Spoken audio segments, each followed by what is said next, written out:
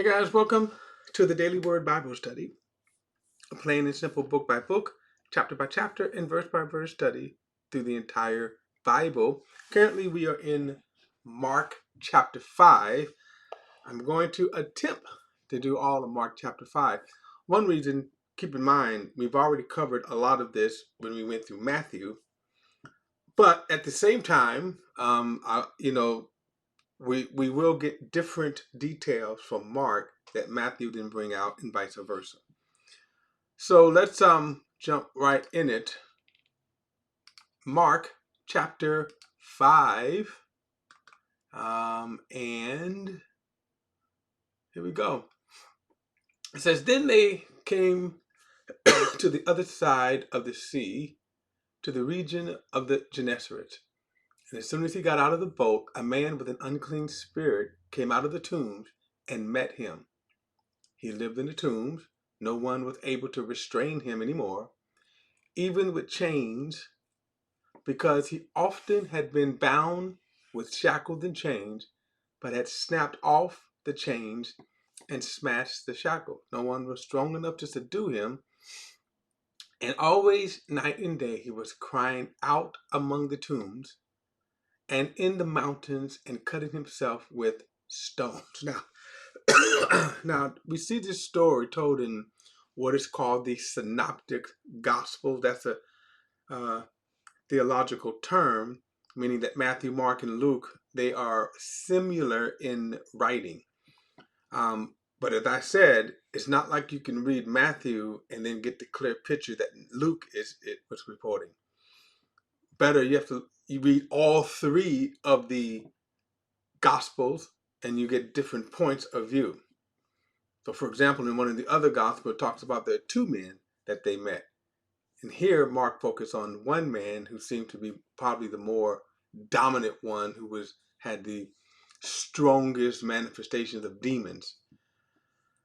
Now, also, too, let me say this, that there is, in our modern day, not among Christians per se, but non-Christians, where these stories of demon possessions, are they just another term for autism, some form of mental illness, um, severe mental illness? I happen to work in the um, development area. I don't deal with them per se, but I see them. Okay, and there are some whose mind are not, it's not processing through the mind, the emotion stuff.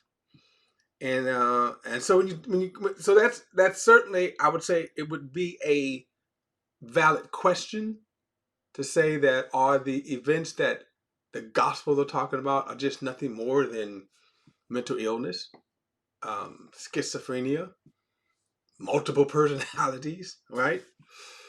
And I'm going to say no, and I'm going to show you why in a moment. That when the Bible here talks about demon possession, he's talking about when you have the kingdom of Satan, or the kingdom of the world ruled by Satan in the spiritual realm, that there are demons who possess people.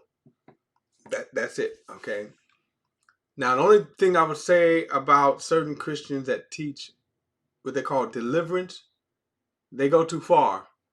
And it's Christians, basically they're casting demons out of Christians, and that's not biblical. Verse 6 says, And when he saw Jesus from a distance, he ran and knelt down before him.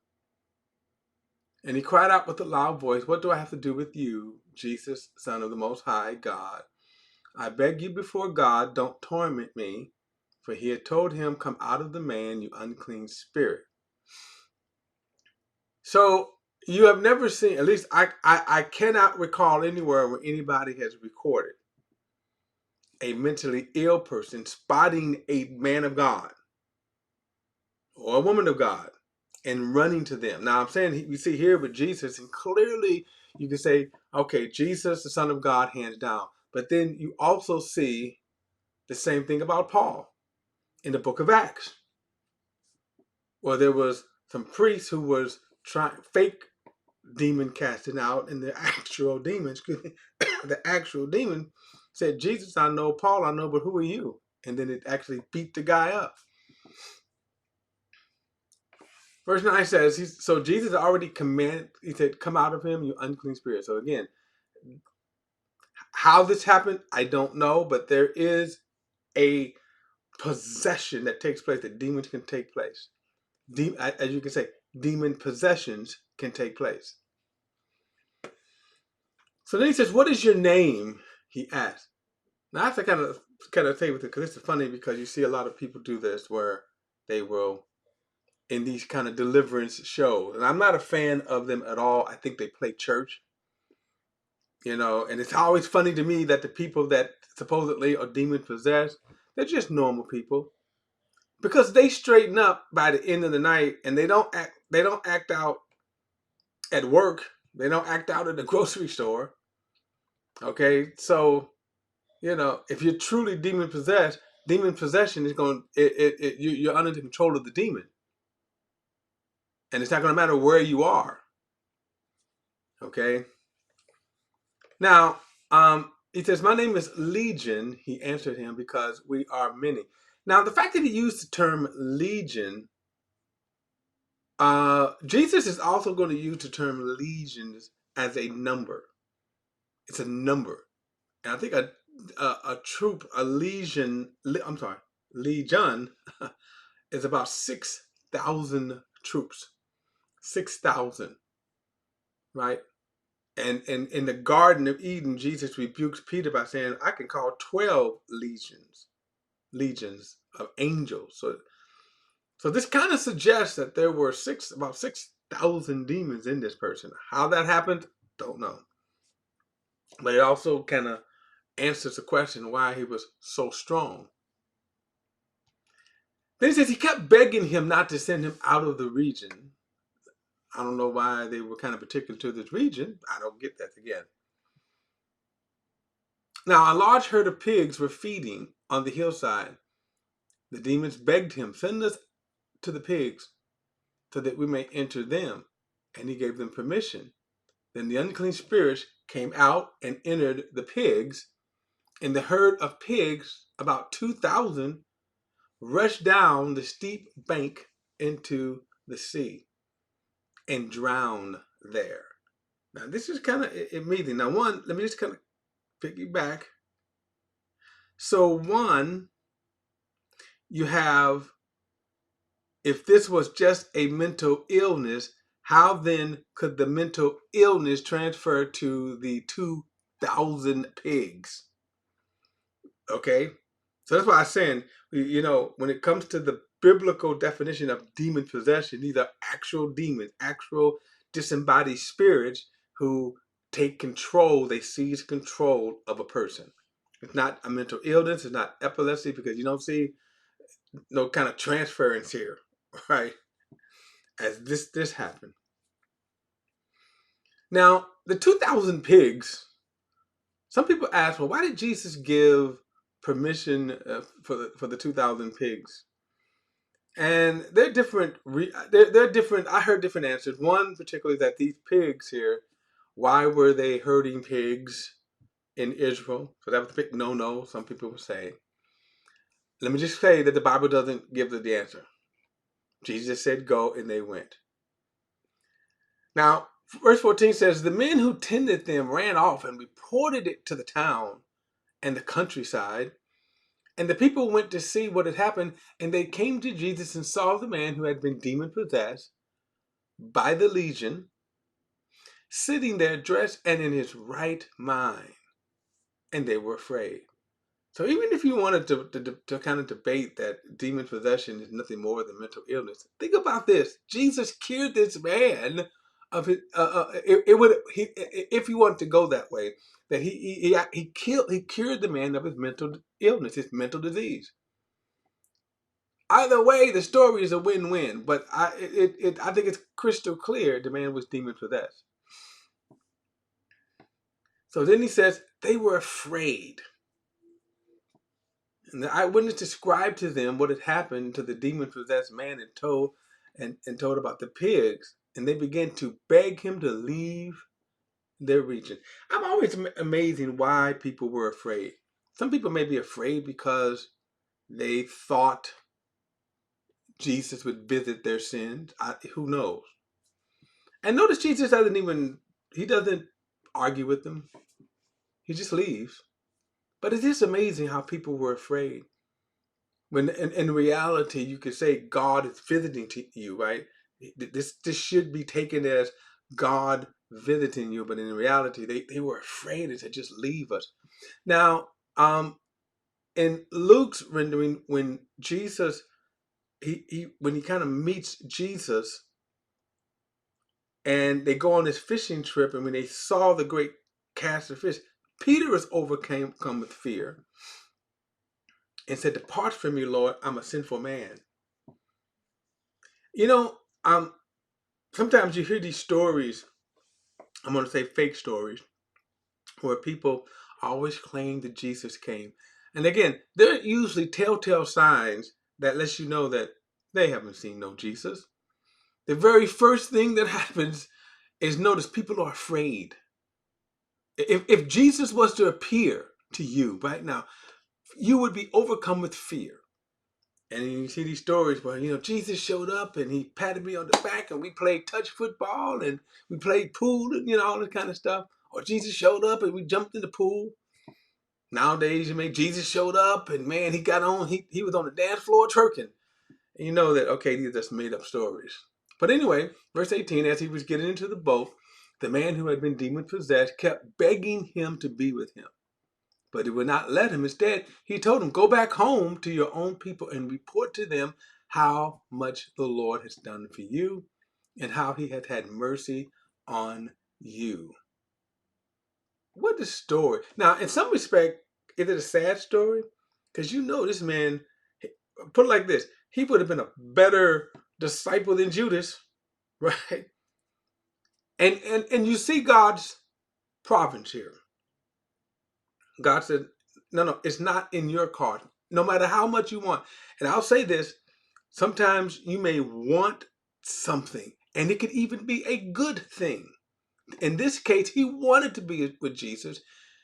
He wanted, to travel with Jesus, to serve Jesus. That was a good thing. And Jesus said, no, you can't.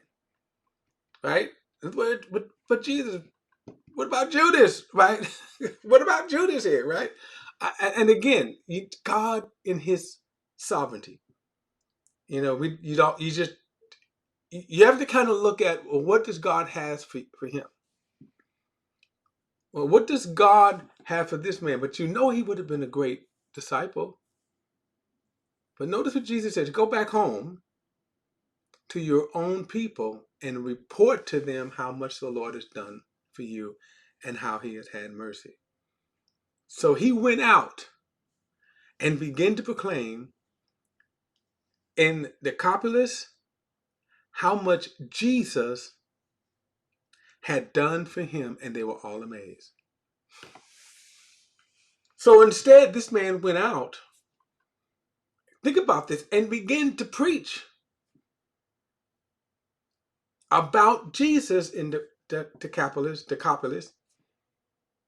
So now, what do you see here? You got the 12 disciples, they're going this way. Jesus sends this man back home. He goes this way and begins to proclaim Jesus in his hometown. All right. Verse 21, when Jesus had crossed over again by boat to the other side, a large crowd gathered around him. And while he was by the sea, one of the synagogue's leaders named Jairus came, and when he saw Jesus, he fell at his feet and kept begging him, my little daughter is at death's door. Come, lay your hands on her so she can get well and leave. So you can see the passion, the desperate passion in him for his daughter's life. So Jesus went with him. So doesn't it get better than that, right? Okay, yes. So Jesus went with him, and a large crowd was following and pressing against him. And a woman suffering from a bleeding for 12 years. She had some kind of bleeding, right? And had endured much under many doctors. Now, when you see the term doctors in the New Testament here. They didn't do surgeries and all that kind of stuff. A lot of times they were probably more skilled with, um, we would call it holistic medicine, herbs, plants, things like that. So he said so she had spent everything she had and was not helped off. So even there, you see the ripoff of Medicaid, the medical practice back then, right? So she spent all she had on these doctors. They would give her these herbs or these plants or whatever, and it still never did heal. And on the contrary, she became worse. Having heard about Jesus, she came behind him in the crowd and touched his robe, for she said, "If I can just touch his robe, I'll be made well." Instantly, her flow of blood ceased, and she sensed in her body that she was cured of her affliction. Now, this is interesting here. You're going to see something that's going to unfold. The bleeding here. I'm going to say we probably can assume she was bleeding, from her female areas. Okay. Now, and by the way, that was a big no-no then for her to even be out in the crowds like that. At once, Jesus realized in himself that power had gone from him. He turned around in the crowd and said, "Who touched my clothes?" Now, I want to be comical right here. I can imagine J.R. was like, "Ooh, Jesus, we got to hurry up here, Jesus." And he stops, which also means this is a test of faith. See, in other words, Jesus healing, Jesus power is not limited to time or space. And this is something Jairus is experiencing right now, because remember, he starts off with that, man, if I can get to Jesus, if I can get him to come, and time is of the essence. I need to get to her, to Jesus. Time is of the essence. You see that in John 11 with Lazarus. They were, Jesus, time is of the essence. You have to get there. And Jesus stayed a few more days. So you can imagine he's probably sitting here like checking his watch, like, ooh, come on. So then he said, who touched my robes? His disciples said to him, "You see the crowds pressing against you." In other words, literally everybody, Jesus, is touching you. And you say, "Who touched me?" So he was looking around to see who had done this. And then a woman, knowing what had happened to her, came with fear and trembling down before him and told him the whole truth. Now, why? Because she could be in trouble under the law. Okay, you had to isolate yourself until you was healed, and then you had to show yourself to the priest. So he said,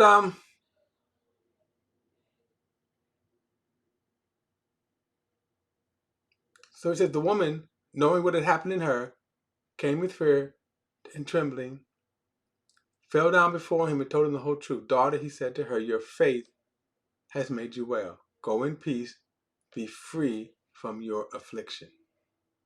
You can imagine Jair was saying, "Okay, great, Jesus, come on, let's go." Then said, but while Jesus was still speaking, people from the synagogue's leaders' house, people came from the synagogue's leader's house and said, "Your daughter is dead. Why bother the teacher anymore?" And you can imagine Jairus' heart just sank, right? We're too late. He probably could have been tempted. I'm ad-libbing right here because the Bible doesn't get us into his head. But we can just imagine Jesus being like, "Okay, while we're happy for you, my daughter now is dead because we held up." Of course, the reality would have been that's not true, because Jesus is not limited to time and space. But when Jesus overheard what was said, he told the synagogue leader, "Don't be afraid, only believe." He did not let anyone accompany him except Peter, James, and John, James' brother. And they came to the leader's house and saw the commotion, the people weeping and wailing loudly. He went in and said to them, "Why are you making a commotion and weeping? The child is not dead, but asleep." And then they started laughing at him. But he put them all outside. It's kind of interesting. They were weeping. You had these great people mourning and weeping and howling. And Jesus said, "Oh, why are y'all crying? She's asleep." And then they turned and they started just laughing at him. So they started laughing at him, and he put them all outside, and he took the child's father and mother and those who were with them and entered the place where the child was. They looked at the child. He took the child by the hand and said to her, Tala, Talalita Kuman. Okay. And this is, by the way, it's an Aram expression. I just looked it up here by the note. Anyway, he said, which is translated, little girl, I say to you, get up. My point is, he wasn't speaking in tongue. Believe it or not, I heard a preacher say that once. Immediately, the girl got up and he began to walk as she was 12 years old. At this, they were utterly astounded. And then he gave them strict orders that no one should know about this. And he said that they should give her something to eat. I guess being dead could take your hunger away, right? Who knows? And of course, it's always amazing that, when Jesus would say, well, no one should know about that. Then he gave all the strict orders that no one should know about that. The problem is that everybody's going to know about it.